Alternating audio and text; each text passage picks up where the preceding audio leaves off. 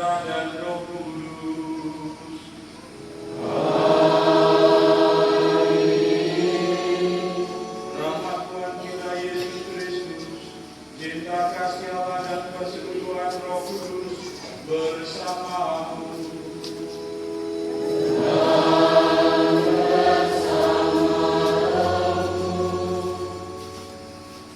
Bapak Ibu dan saudara-saudari yang dikasihi, ada sebuah ungkapan begini: ada harga, ada upah. Intinya, untuk mendapatkan sesuatu yang baik, sesuatu yang baik, pasti ada harga yang harus kita bayarkan di sana. Bacaan Injil hari ini juga menyadarkan kita semua untuk tidak hanya menjadi pengikut, tetapi lebih-lebih menjadi murid Yesus. Tetapi untuk sampai kepada taraf sebagai murid Yesus, bukan hanya sekedar mengikuti Dia kemana saja, tetapi ada syarat, ada harga yang memang ditawarkan oleh Yesus untuk bisa kita lakukan dengan sungguh-sungguh. Maka mari dalam perayaan Ekaristi hari ini kita mohon rahmat Tuhan agar kita semakin dimampukan, dikobarkan semangat iman kita untuk sungguh-sungguh berjuang sampai akhir hidup kita menjadi murid Kristus, agar dengan demikian rahmat keselamatan juga boleh menjadi milik kita. Kita awali perayaan Ekaristi hari ini dengan hening sejenak, menyadari segala kekurangan dan kelemahan kita.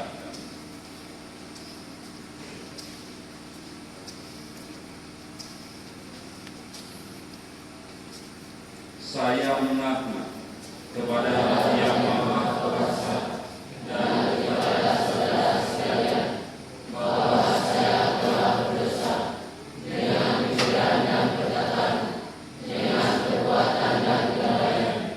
Saya berdosa, saya sungguh berdosa. Oleh sebab itu saya mohon kepada Santa Perawan Maria, kepada para malaikat dan Roh Kudus, dan kepada saudara sekalian, supaya mendoakan saya pada Allah Tuhan kita. Semoga Allah yang Maha Kuasa mengasihani kita, mengampuni dosa kita, dan mengangkat kita ke hidup yang kekal. Amin.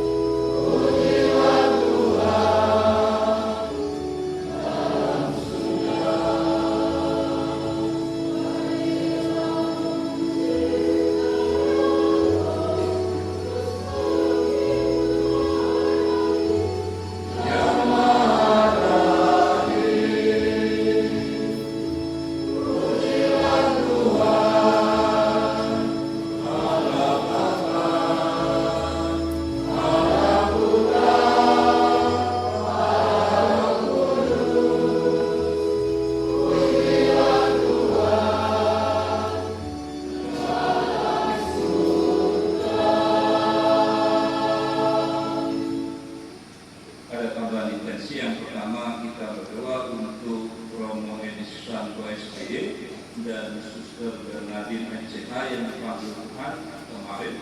Semoga belas kasih dan kerahiman Allah mengampuni segala dosanya dan menerimanya dalam kebahagiaan abadi di surga. Lalu yang kedua, ucapan syukur dari Sherly atas ulang tahun. Semoga rahmat Tuhan boleh berlimpah di dalam hidupnya. Marilah berdoa.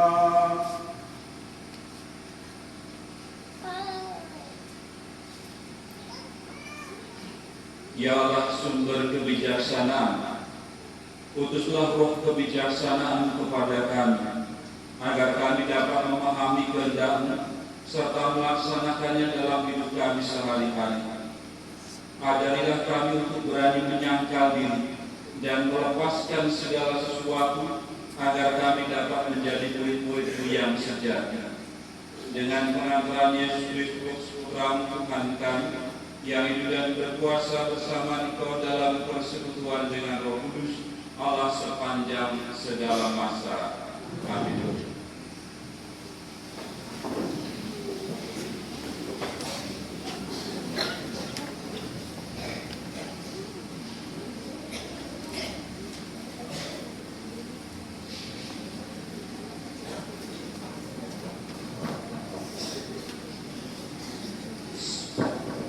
Siapakah dapat memikirkan apa yang dikehendaki Tuhan? Pembacaan dari kitab kebijaksanaan. Manusia manakah dapat mengenal rencana Allah, atau siapakah dapat memikirkan apa yang dikehendaki Tuhan? Pikiran segala makhluk yang fana adalah hina, dan pertimbangan kami ini tidak tetap. Sebab jiwa dibebani oleh badan yang fana, dan kemah dari tanah memberatkan budi yang banyak berpikir. Sukar kami menerka apa yang ada di bumi, dan dengan susah payah kami menemukan apa yang ada di tanah. Tetapi siapa gerangan telah menyelami apa yang ada di surga? Siapa gerangan dapat mengenal kehendaknya? Kalau engkau sendiri tidak mengadu gerakan kebijaksanaan, dan jika Roh Kudus-Mu dari atas tidak Kau utus, demikianlah diluruskan lorong yang ada di bumi. Dan kepada manusia diajarkan apa yang berkenan padamu. Maka oleh kebijaksanaan mereka diselamatkan. Demikianlah sabda Tuhan.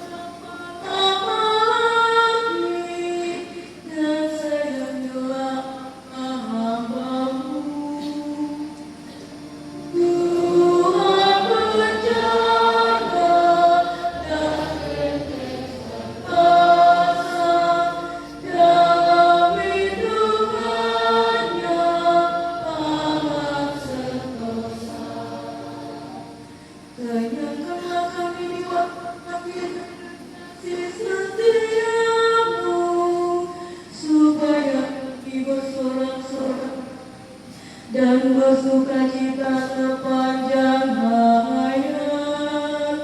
Kiranya kemurahan Tuhan melimpah atas kami, teguhkanlah perbuatan tangan kami, ya perbuatan tangan kami teguhkanlah. Tuhan penjaga dan benteng perkasa, dalam lindungannya aman sentosa.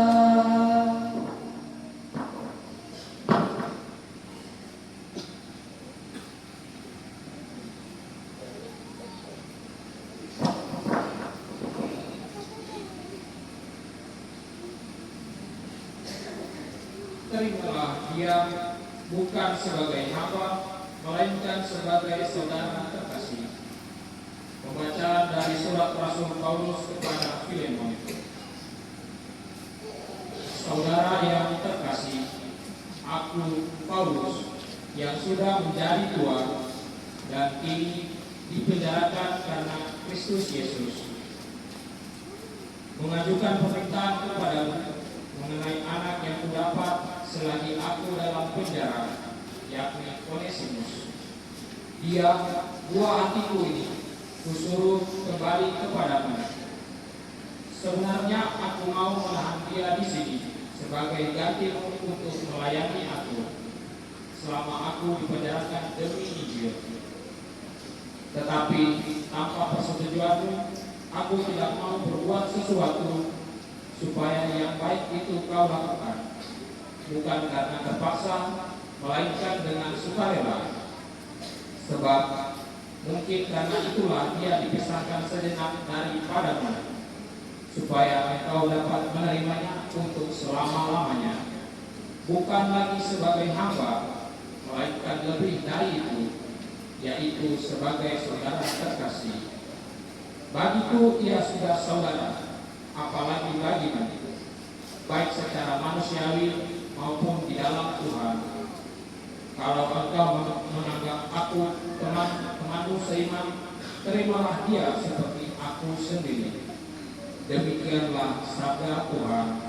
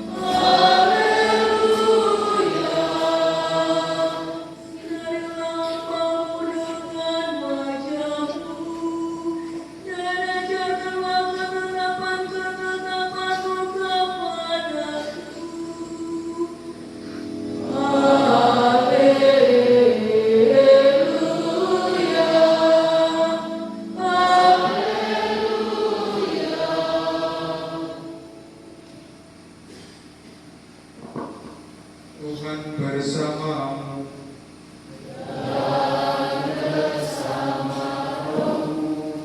Inilah Injil suci menurut Lukas.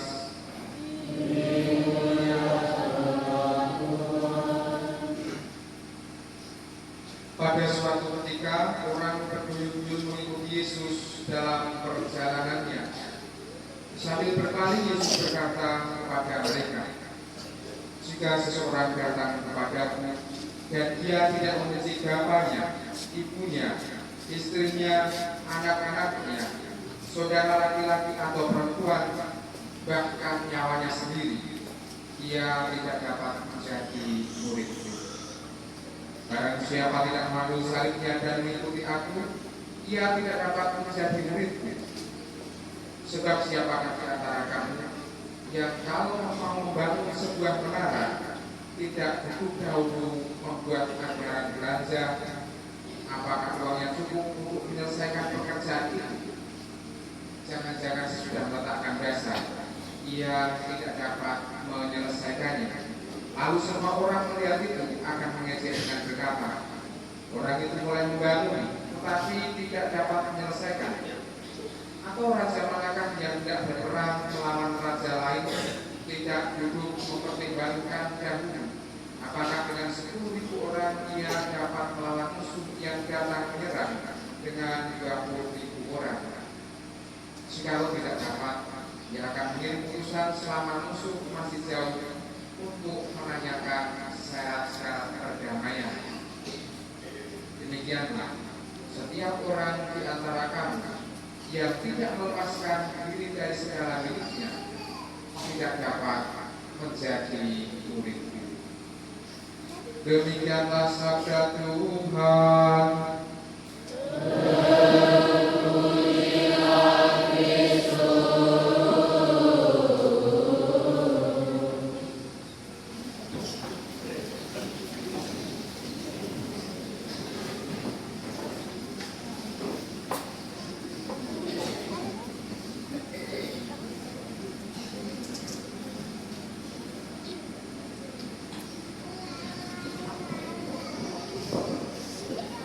Bapak Ibu dan saudara-saudari yang terkasih, selamat pagi.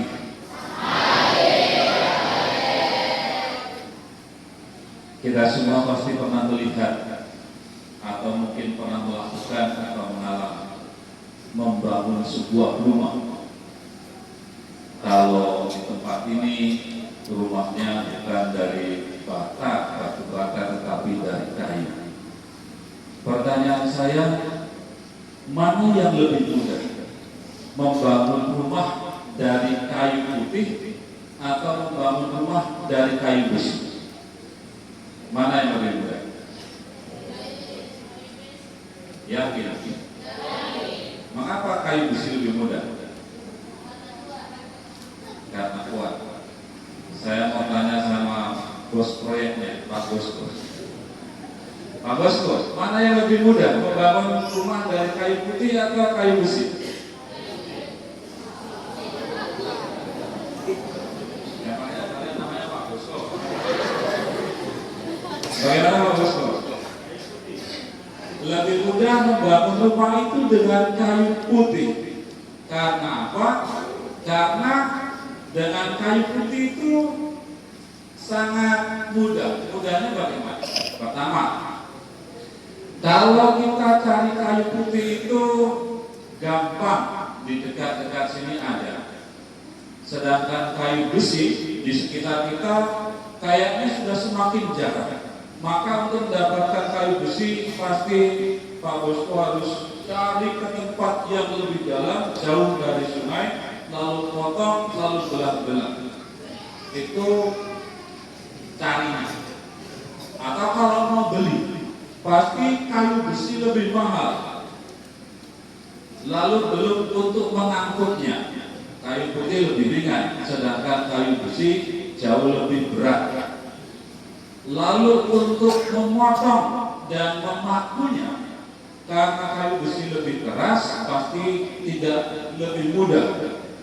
Dia butuh tenaga yang lebih banyak, butuh paku yang lebih kuat. Nah, sekali lagi pertanyaan saya soal proses. Proses itu pasti akan lebih mudah kayu putih daripada kayu besi.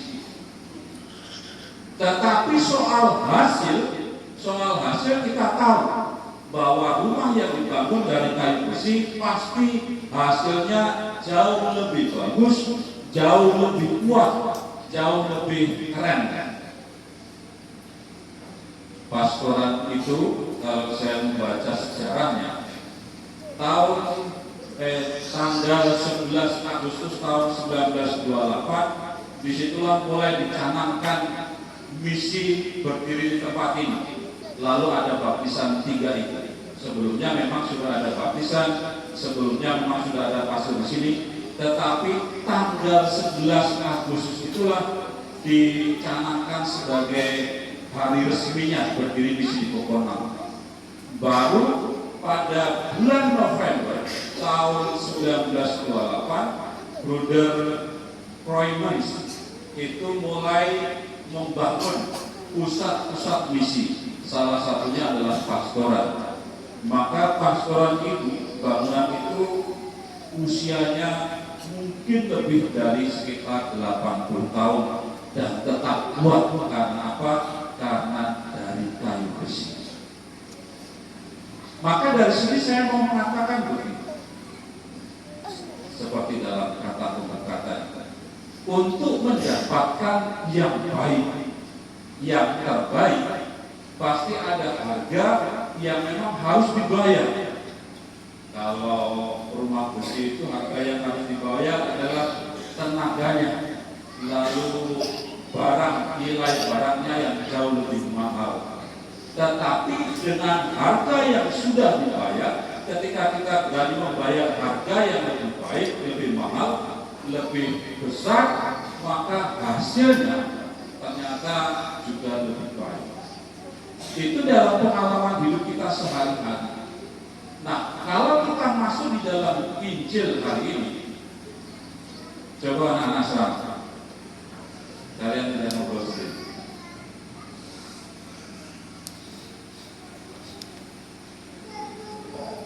Serang.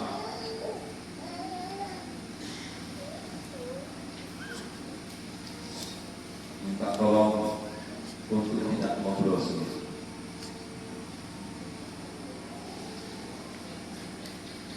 Sedangkan di dalam Injil, Yesus juga sebenarnya mengarahkan ke situ.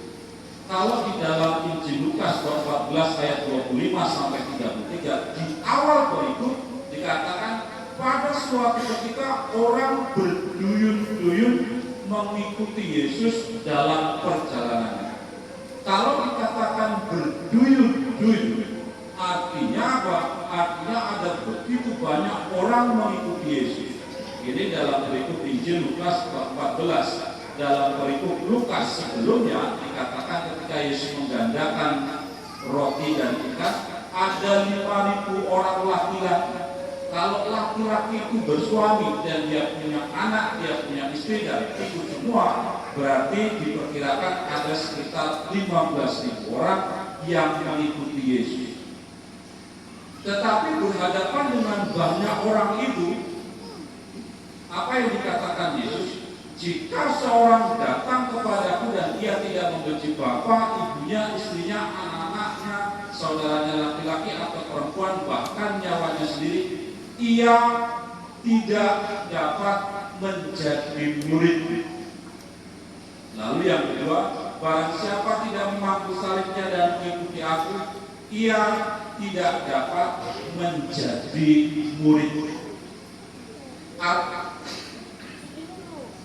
Artinya apa? Rupanya mengikuti Yesus itu tidak sama dengan menjadi murid. Sekali lagi dalam Injil Lukas, yang mengikuti Yesus itu bukan hanya 1-2 orang, tetapi banyak berduyun-duyun. Nah, di antara banyak itulah Yesus mengungkapkan syarat untuk menjadi muridnya. Setidaknya dalam Injil tadi ada 3 syarat. Pertama, dia harus membenci bapak, ibunya, anaknya, dan saudara-saudaranya. Artinya membenci itu apa? Membenci itu berarti tidak mencintai. Maksudnya begini. Dalam kehidupan kita manusia, keluarga, bapak, mama itu adalah orang yang paling dekat dengan kita. Orang-orang yang paling berharga di dalam hidup kita. Maka Yesus mengatakan, kalau cinta kita kepada Tuhan tidak lebih besar daripada cinta kita kepada mereka, orang yang penting bagi kita, sebenarnya kita belum layak untuk menjadi muridnya. Atau dalam Injil Matius, pesan yang sama dikatakan begini, jika kamu mencintai lebih bapakmu, mamamu, atau anak-anakmu, berarti engkau tidak layak. Sama dengan ayat ini, jika seorang datang kepadaku, dia tidak membenci bapaknya, istrinya, dan anak-anaknya, dia tidak dapat menjadi murid. Bukan berarti Tuhan itu menghendaki kita membenci orang-orang yang dekat dengan kita, tidak. Tetapi sebaliknya, bahwa cinta dan kasih kita kepada Tuhan harusnya jauh lebih besar daripada kasih kita kepada bapak kita, mama kita, dan anak-anak kita. Itu syarat yang pertama. Lalu syarat yang kedua adalah ketika kita berani memanggul salib kita. Bukan berarti Yesus itu menghendaki kita mencari-cari salib untuk dipanggul, tidak. Tetapi mengikuti Yesus berarti harus juga siap memanggul salib. Lalu yang ketiga adalah syaratnya adalah mengikuti Yesus. 3 syarat itulah yang dikehendaki Yesus supaya kita bisa melakukannya dan membuat kita layak disebut sebagai murid-murid Yesus. 3 hal itulah yang menjadi harga yang harus kita bayar supaya kita layak menjadi murid-murid Yesus. Dan dalam ayat berikut Yesus mengatakan begini, demikianlah setiap orang di antara kamu yang tidak melepaskan diri dari segala miliknya, ia tidak dapat menjadi murid. Maka saudara-saudari yang terkasih, melalui Injil hari ini Yesus mau mengajak kita untuk menjadi bukan hanya sekedar mengikuti Yesus ke sana kemari, tetapi ketika kita memang sungguh-sungguh mau menjadi murid Yesus, berarti kita juga harus siap dengan komitmen, dengan segala konsekuensi.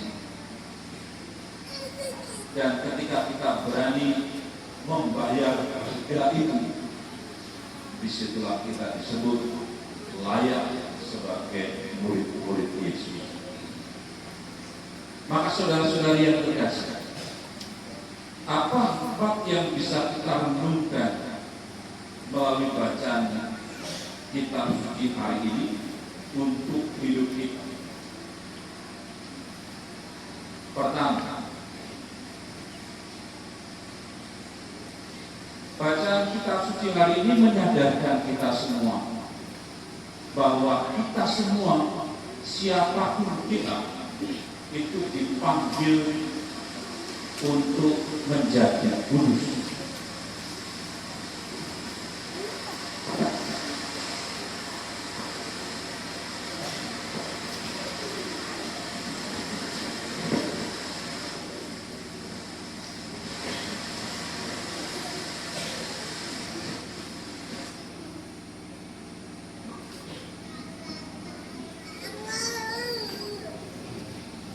Kita semua ini dipanggil untuk menjadi kudus. Menjadi kudus itu tidak dituntut harus menjadi uskup, menjadi imam, menjadi biarawati. Kita itu sering tergoda untuk mengira bahwa kekudusan hanya menjadi milik-milik mereka ini. Sebenarnya bukan seperti itu, seperti dikatakan oleh Paus Fransiskus dalam suratnya itu. Kita dipanggil menjadi kudus dengan menghayati hidup kita penuh kasih dan menjadi saksi dalam segala sesuatu yang kita lakukan. Misalnya, kalau engkau dipanggil sebagai seorang biarawati, jadilah kudus dengan menghayati ketika kau hidup. Kalau kita itu dipanggil dalam hidup berkeluarga, jadilah kudus dengan sungguh-sungguh mencintai pasangan. Kalau kita itu dipanggil sebagai orang-orang tua, jadilah kudus dengan kesabaran mendidik anak-anak untuk mengikuti Kristus. Kalau kita itu diberi kekuasaan, jadilah kudus dengan menjalankan tugas itu untuk kesejahteraan semakin banyak. Itu poin pertama. Lalu poin yang kedua, menjadi murid Tuhan berarti bukan hanya menjadi orang yang biasa-biasa saja. Ketika kita disebut sebagai murid Tuhan, jangan pernah puas kalau kita hanya biasa-biasa saja. Tetapi harus kita itu menjadi orang yang luar biasa. Bukan berarti kita harus menjadi manusia yang super tanpa tata cela, tidak. Tetapi menjadi pribadi yang siap dengan totalitas untuk mengikuti Kristus, rela melepaskan kepentingan diri dan siap mengarahkan hati sepenuhnya kepada Tuhan. Dan inilah sebenarnya radikalisme kekristenan yang sudah ditanamkan Yesus sejak dulu terhadap ke-12 rasul. Contoh konkret,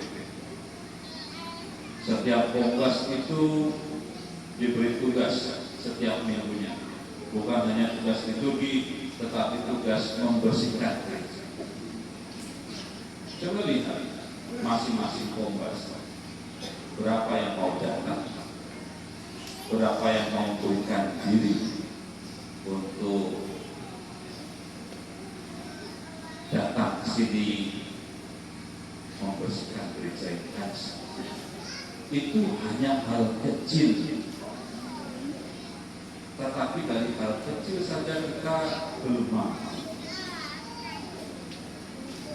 Poin yang ketiga, dikatakan di dalam Injil hari ini, demikianlah setiap orang di antara kamu yang tidak melepaskan diri dari segala miliknya tidak dapat menjadi murid. Tampaknya itu saya analogikan seperti itu. Kita ini mempunyai tangan dengan 5 jari, dengan jari yang masing-masing beda panjang. Kalau tangan ini itu hanya kita genggam dan semakin erat kita genggam seperti ini, apa yang terjadi? Sebenarnya kita hanya akan melukai diri kita sendiri. Tangan kita menjadi sakit dan akan menjadi tegang otot-otot kita. Melalui Injil hari ini, Yesus itu hanya mau mengatakan kepada kita, jangan genggam tangan, tetapi bukalah tangan. Harta yang paling berharga itu bukan soal benda, tetapi diri kita sendiri, soal pilihan kita, soal kebebasan kita, soal kehendak kita. Kalau pilihan kebebasan kehendak itu kita pegang terus seperti tangan ini, justru itulah yang akan melukai kita. Yesus itu hanya mau kita itu membuka tangan, dan ketika tangan itu terbuka, justru disitulah Tuhan akan menyiapkan berkat untuk memberikan kepada tangan kita. Ketika tangan kita itu terbuka, justru disitulah kita itu bisa memahul salib kita. Ketika tangan itu terbuka, justru kita itu bisa menggunakan tangan kita untuk meraba, untuk merasakan kehendak Tuhan di dalam hidup itu seperti apa. Dengan tangan yang terbuka, justru Tuhan memberikan kuasa, hikmat, supaya kita mampu memanggul salib kita masing-masing. Terakhir, ketika tangan terbuka ini berarti juga ada celah di antara jari-jari kita. Justru dengan celah itulah ketika tangan itu kita buka, Tuhan sebenarnya mau mengulurkan tangannya supaya Tuhan itu bisa mengisi apa yang kurang di dalam kita dengan tangannya sendiri. Dan ketika tangannya itu menyatu dengan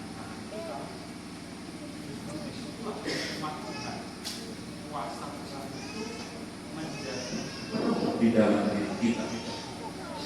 Maka ketika kita akhirnya dengan bersama dengan tangan Tuhan memanggul salib kita masing-masing, di situ kita akan menerima hikmat dari Tuhan supaya kita dengan tangan terbuka itu juga bisa mengulurkan tangan kepada orang lain agar orang lain bersama dengan kita juga boleh mengalami kehadiran Tuhan. Maka saudara-saudari yang terkasih, hidup sebagai murid Kristus itu sebenarnya sangat sederhana. Tetapi kalau kita itu hanya mengandalkan diri kita, menggenggam terus kehebatan kita, justru disitulah berat. Tetapi ketika kita justru mau membuka tangan kita, disitulah berkat Tuhan melimpah di dalam diri kita. Bukan hanya berkat Tuhan, tetapi disitulah tangan Tuhan juga bekerja atas hidup kita. Maka mari dalam perayaan Ekaristi ini kita mohon rahmat Tuhan agar dalam segala kekurangan kita dimampukan untuk terus berjuang, untuk terus berani membayar harga, sehingga pada saatnya nanti Tuhan sungguh-sungguh mengatakan kepada kita, kamu memang layak menjadi murid-murid-Ku. Berkat Tuhan menyertai kita semua. Amin. Sekarang mari kita berdiri, kita berteguh iman kepercayaan kita dengan membawakan syahadat yang singkat. Aku percaya akan Allah, Bapa yang Maha Kuasa,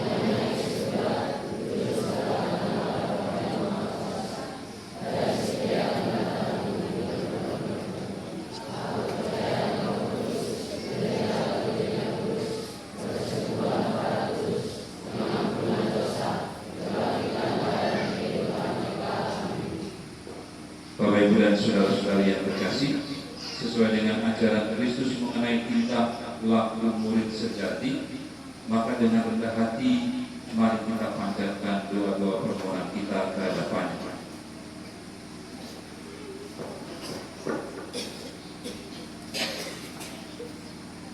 Bagi gereja umat Allah, Allah Bapa kami yang penuh belas kasihan, doronglah kiranya para pengikut Putramu agar menghayati benar-benar iman akan Kristus dalam kehidupan sehari-hari.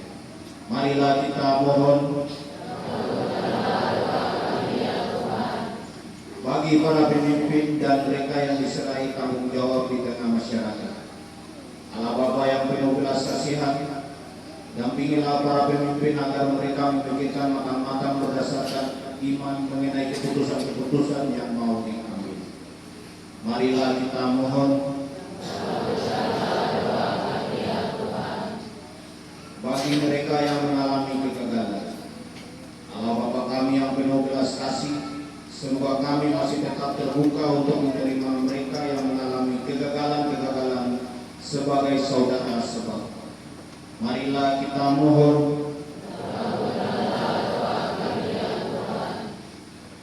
bagi kita semua yang hadir di sini. Allah Bapa kami yang penuh belas kasih, berkatilah kami agar selalu memihak pada Kristus dalam keadaan apapun. Marilah kita mohon. Marilah kita hening sejenak untuk menyampaikan doa-doa pribadi.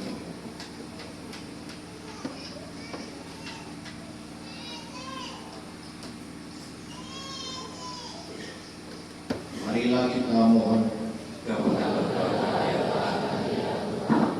Bapak yang kudus, kami bawa ke hadapan-Mu intensi misa hari ini bagi mereka yang berulang tahun dan mohon penyertaan serta perlindungan di dalam hidup, tugas dan perutusan mereka. Limpahkanlah berkat-Mu untuk mereka semua, dampingilah mereka di dalam perjalanan hidup, dan mampukanlah mereka untuk sungguh-sungguh berjuang menjadi murid-murid-Mu, agar kehadirannya di dunia akhirnya menjadi saksi kehadiran bagi orang-orang di sekitarnya. Marilah kita mohon, kabulkanlah doa kami yang mulia. Bagi saudara-saudari kami yang sudah meninggal, yang kami doakan di dalam intensi misari, dan mohon belas kasih dan kerahiman, ampunilah segala dosa-dosa mereka, dan terimalah mereka semua dalam kebahagiaan abadi di surga. Semua doa, harapan, dan permohonan kami sampaikan kepadamu dengan pengantaran Kristus Tuhan kami. Amin. Kita sedang persiapan persembahan.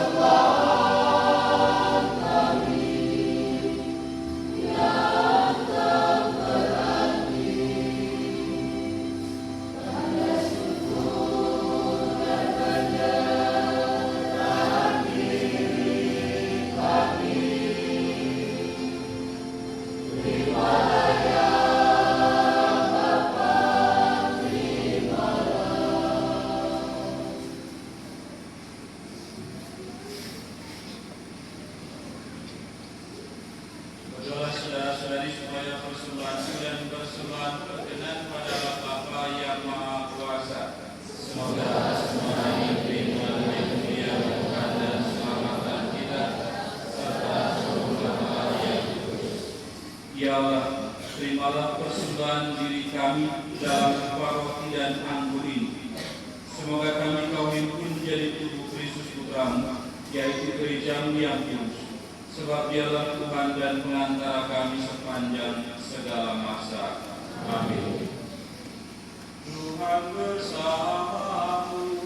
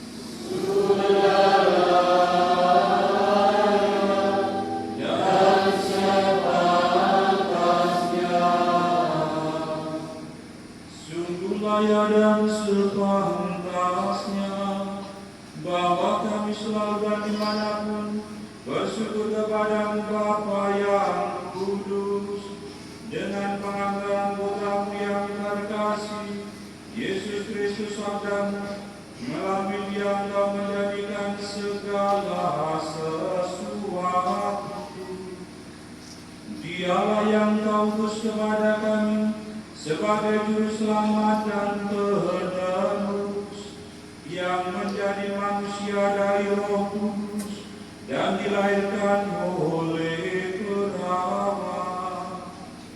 Seraya merayakan kehendak-Mu dan memperoleh umat yang kudus bagimu, Dia merentangkan tangan ketika menderita untuk melepaskan belenggu maut dan menyatakan kebangkitan.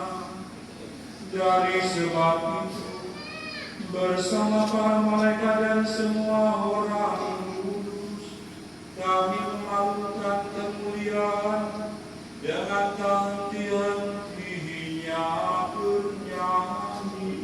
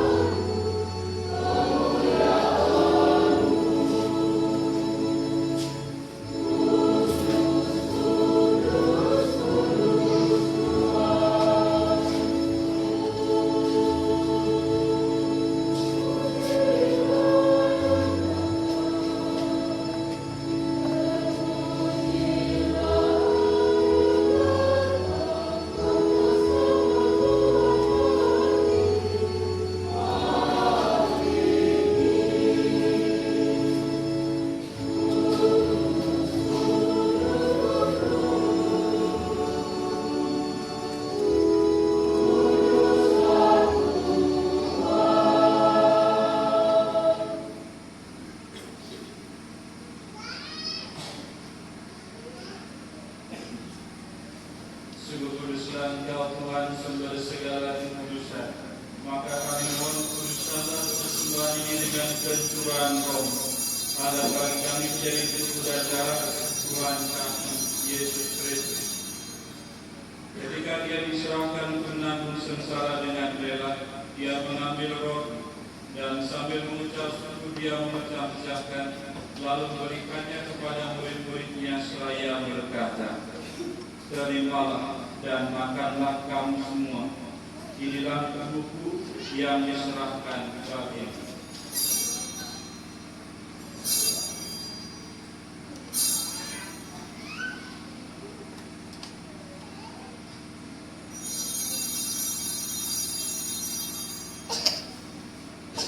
Demikian pula sudah perjamuan Dia mengambil piala.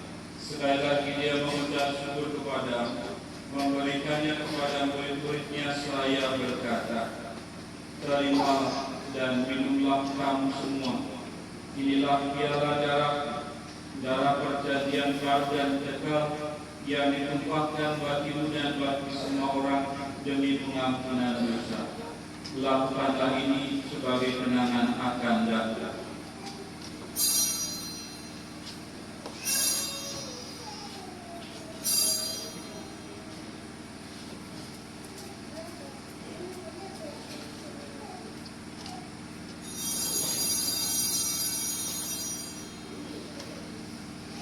Adulah misteri iman kita.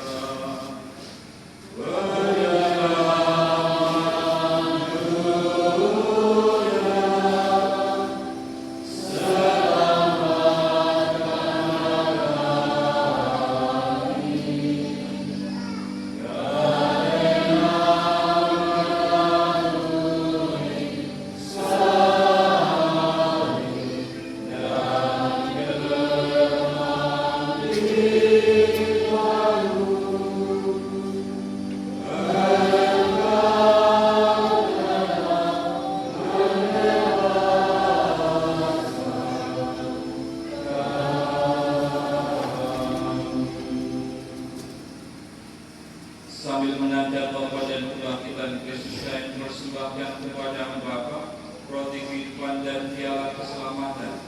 Kami bersyukur sebab kami teranggap layak menghadap Engkau dan berbakti kepada-Mu. Dan kami mohon, semoga kami yang menerima tubuh dan darah Kristus dipun jadi satu umat oleh Roh Kudus. Ingatlah Tuhan akan gereja-Mu yang terletak di seluruh bumi, agar Kau menyempurnakannya dalam cinta kasih, dalam persatuan dengan Paus kami Leo ke-14, untuk kami bertambus serta semua rohani. Ingatlah juga akan saudara-saudari kami yang telah meninggal dengan harapan akan bangkit, terutama bagi mereka yang kami doakan dalam kasih pada hari ini, juga Saudara Maria dengan sehat, Romo Thomas Kristus Istri, dan akan semua orang yang telah berjuang dalam kerahiman-Mu, dan terimalah mereka dalam cahaya wajah-Mu. Kami mohon kasihanilah kami semua, agar kami Kau terima dalam kebahagiaan abadi bersama Santa Perawan Maria Magdalena, Santo Yosef mempelai, para rasul dan semua orang kudus sepanjang masa yang hidupnya berkenan pada-Mu. Semoga kami pun Kau perkenankan, turut serta tidak melihatkan di Kau dengan pengantaran Yesus Kristus Putra.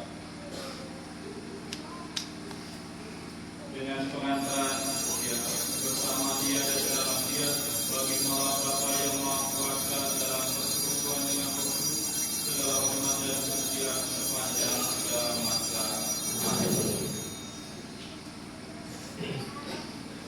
Pada tujuh bersama kita dan menurut acara di kami, marilah kita berdoa.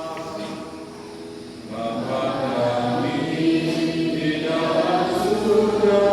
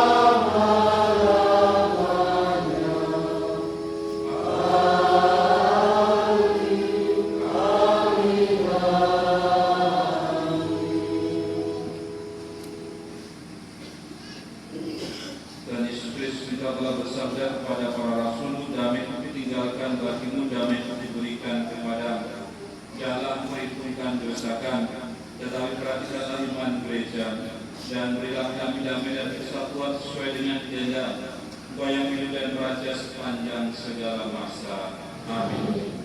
Semoga damai Tuhan selalu bersama dan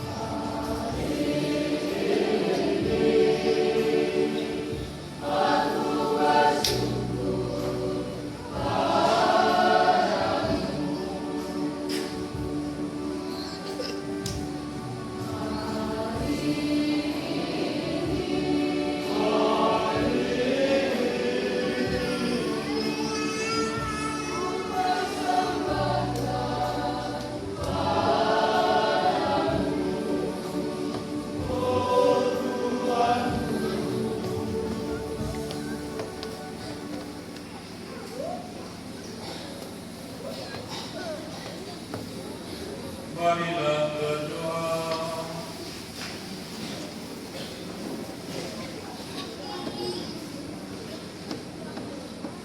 Ya Allah, semoga dengan menyambut tubuh Kristus, kami Engkau mampukan untuk memahami kehendak. Buatlah kami siap sedia untuk mengikuti putramu, agar kami dapat menikmati kebahagiaan sejati, baik di dunia ini maupun kelak di akhirat. Sebab Dialah Tuhan dan pengantara kami, yang hidup dan berkuasa bersama Engkau dalam persekutuan dengan Roh Kudus Allah sepanjang segala masa. Amin. Kita dengarkan beberapa pertemuan.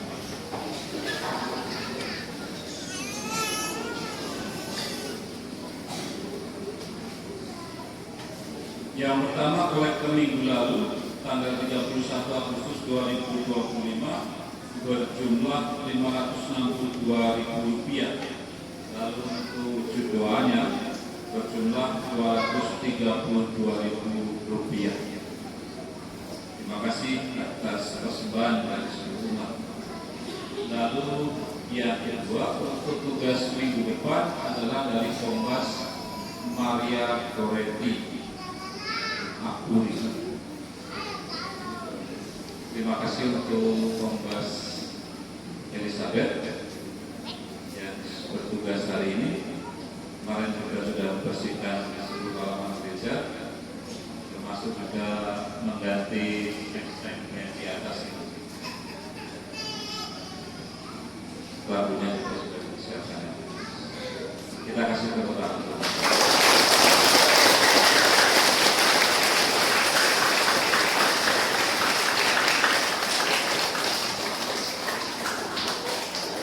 Saya hanya bermimpi seandainya masing-masing kombas juga bisa melihat apa yang kurang dalam gereja dan sedikit demi sedikit membantunya, itu juga bagus. Misalnya kombas yang lain, ini pintunya sudah tidak bagus ini, kami akan gantilah satu pintu ini. Kombas lain mungkin, ini catnya sudah buram nih, kami akan ngecat. Itu bisa. Moga-moga kelak sedikit demi sedikit bisa terwujud. Terima kasih atas kebersamaan kita dalam perayaan Ekaristi hari ini. Selamat hari Minggu. Mari kita berdiri, kita siapkan hati untuk memohon berkat dari Tuhan.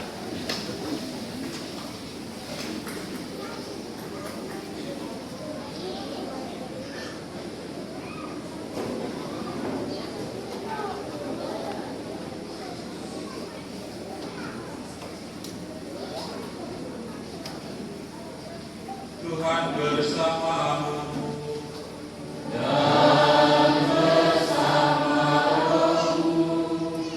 Semoga kita sekalian di dalam hidup dan keluarga kita masing-masing senantiasa dilindungi, dinaungi dan diberkati Allah yang Maha Kuasa, Bapa